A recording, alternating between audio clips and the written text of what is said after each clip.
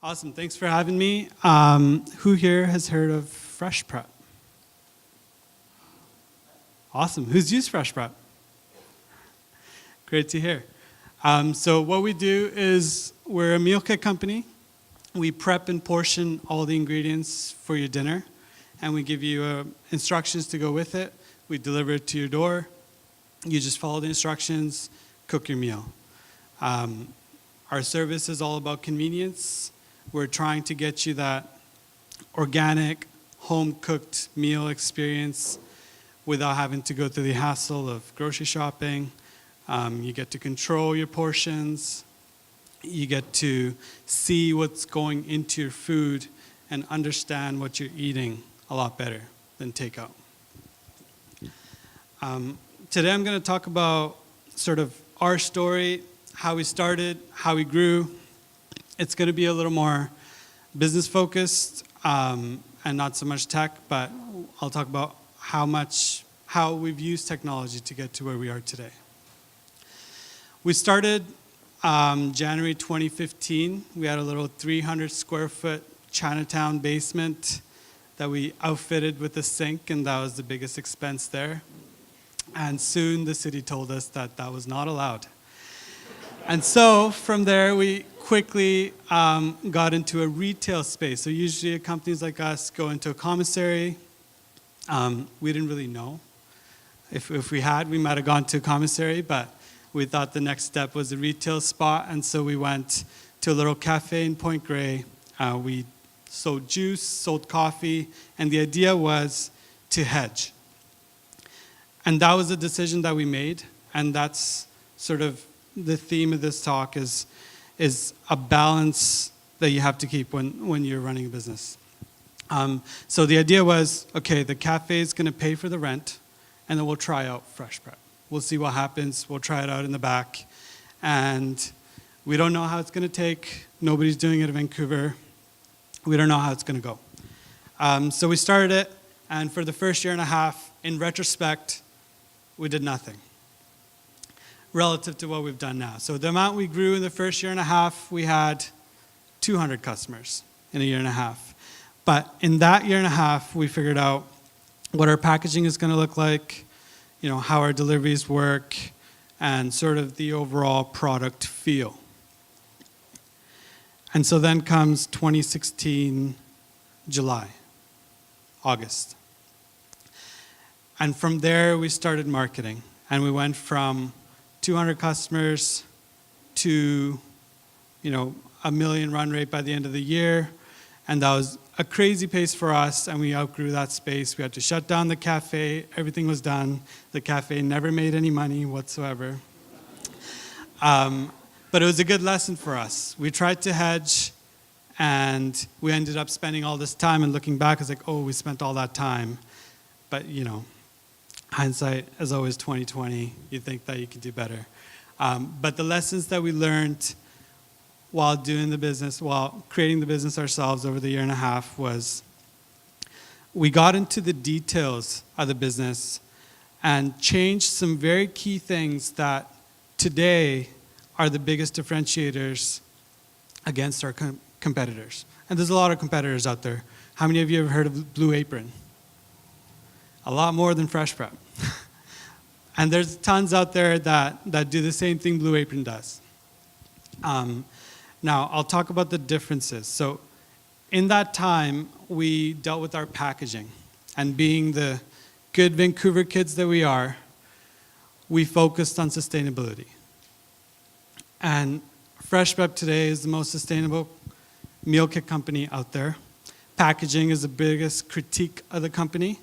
And we've got some surprises in store for January that I can't speak to, but I can tell you we have surprises in store for January. Where we're pushing to be, to maintain the position of the most sustainable meal kit company. The second thing that we did in that year and a half, running this business without any venture capital, without any money really, is we built out our own delivery network, and that's all we knew. And today we have 50 drivers, and we deliver thousands of meals every week. which has given us a cost advantage that our competitors can't compete with. So this is sort of our story. We've grown quite a bit. We're started with 2 people, 3.5 years. We have over 100 employees, 50 drivers on top, and a big developer team. And the one thing that's different about us versus our competitors is the way we grew our business. We started off as a typical small business, not a startup, but a typical small business. We had an idea, we got a cafe, and we're trying to make it through that. But then we used technology to help us become a startup. What's the difference between a startup and a small business? People ask me. To me, it's scale. It's how fast can you grow. A small business caps out at a certain level, and it's the attitude. A startup is willing to lose money for 10 years in a row in the hopes to make money eventually. A small business doesn't have that kind of patience.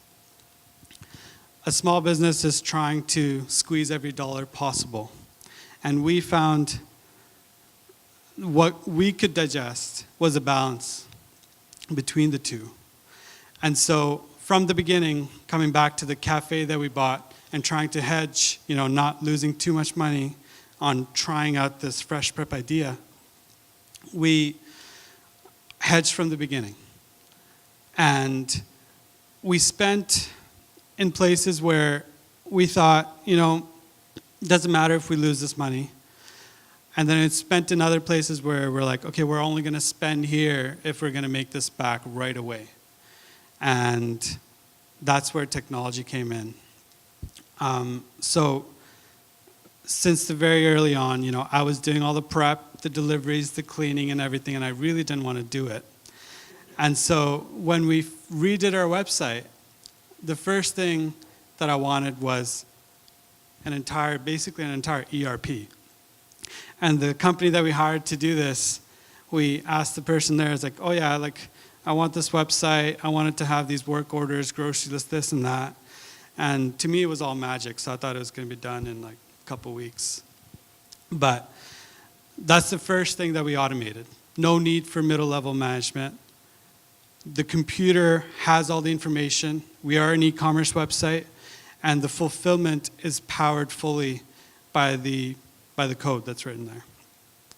And so that's the first thing we automated. The second thing was I couldn't stand that people were packaging little bags and taking too long, and so it was sourcing machines.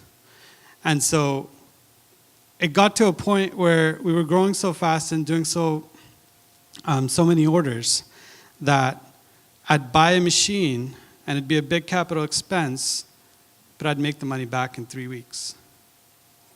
So when it comes to technology, we're very forward thinking in that we will spend any amount. But it's scary. There's a lot of people out there with technical debt today. And so while we'll spend any amount, we're very fickle in our commitment in that we want technology that'll pay back right away. We don't have the patience to wait for us to get to Mars. Not the money either. And so we invested in a lot of technology. We did the whole ERP system. We did our own deliveries. One of the most surprising things that I found growing the company was it got to a point where we're like, we're growing too fast. We can't hire delivery drivers fast enough. Let's get a courier company. Let's get the top local courier companies in Vancouver to do this for us. And what they came back with was a price that was twice of what it costed me.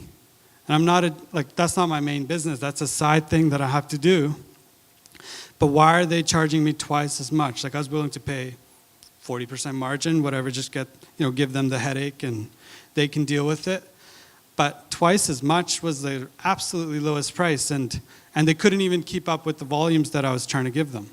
And so what I realized is the amount of technical debt that they had. They had this software that they got 10 years ago, and today I have the software that I integrate into with an API, and I pay 20 cents a delivery. They've spent hundreds of thousands of dollars on this software. I spend 20 cents a delivery, and if I want, I can move tomorrow to the next best thing.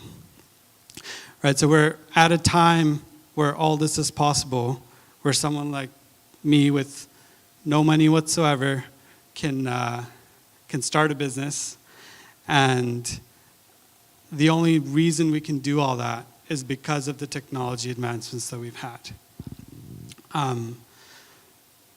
Finally, I guess I didn't really move the slides here. Sorry, but this is the only slide I had. It's it's the title slide. It's the title slide, and it says fast, and it's food as a service. And it sounds stupid, because it kind of is. Like, I just heard this.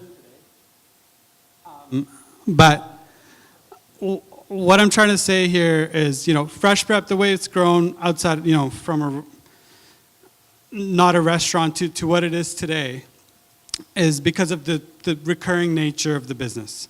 And that's what we pride on, the retention of our customers. And the reason I bring up food as a service is try to allude to sort of how technology and software can play into every other non-tech industry that's out there currently. So you've got jobs in AI and VR and AR, but there's also opportunities in just regular businesses out there that are outside the tech world, but technology is advanced enough that they can benefit to a level where we can buy a machine and get paid back in 3 weeks, right? So all I'm trying to say is the reason technology is so great, what technology has above everyone else is leverage. Is that you can write a piece of code and reach to every diabetic in the world, right? Like you don't need to set up a shop everywhere. It's the leverage that's so important, and that leverage can be applied outside of the sort of traditional tech firms as well. Thank you.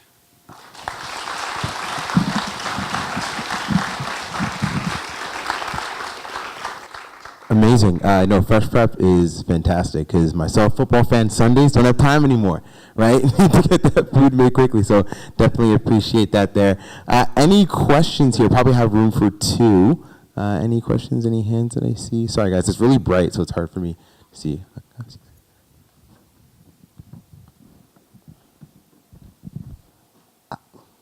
Hi. So you said you started with about 200 customers, and then you grew yourself to a larger customer base. What were some of the tools that you used to grow that? Was it just word of mouth, or was it just a certain online advertising, or was it just something that you did?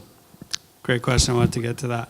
So I didn't start with 200. It took me a year and a half, but and then the 2 years following, we've grown to 15,000. And that's where the leverage comes in. Referral program on our website. A bit of code that's written that allows us to get about 35% of our customers every single week since that code was released. Digital marketing, as other subscription companies use. And then we've got direct mail. Funnily enough, a very traditional channel has worked quite well for us. So it's optimization, lead nurturing through email automation and stuff like that. It's a lot of code. Yeah. Sweet. Thank you for that answer there. Any other questions? Yeah, you go front here. I just watched a video on China's delivery services, in which there were over 20 million deliveries a day, which equated to around 60 million plastic packages. How are you combating that from a Canadian, foreign perspective? Where's the sustainability in the products that you're delivering? In terms of packaging, sorry. In terms of packaging? Yeah. So for Fresh Prep, I guess if you've seen a traditional meal kit, you get a cardboard box, you get the insulation, you get a bunch of plastic, you get 6 pounds of ice packs, and then you get every little thing wrapped in plastic. And they don't have the backwards logistics because they don't own their delivery operation. They outsource it to FedEx or UPS or whoever has it. And so every single time you get that delivery, it goes to waste.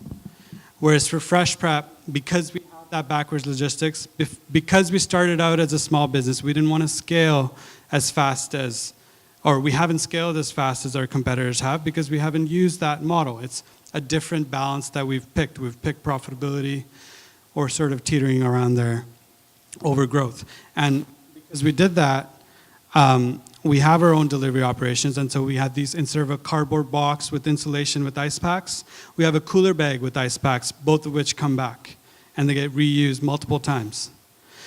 And then when it comes to the plastic, all of our plastic is 100% recyclable, and it comes back. You put any garbage, anything except for the food that you get with Fresh Prep, you put it back in the bag, we take care of it, we responsibly recycle it. And that's not enough for us, so come January, we're doing something a little different. And so that's more to the sustainability. On the delivery side, I mean, the reason China has these great delivery services, and so do many other countries outside of Canada, is density. For delivery, what matters is how expensive your product is, how light it is, how small it is. If you could ship diamonds as a subscription, that'd be the best bang for buck that you can get for delivery, right? So that's, density plays very big into it, and that's why we believe our own localized, owned delivery operation will be sort of the winner in the long run.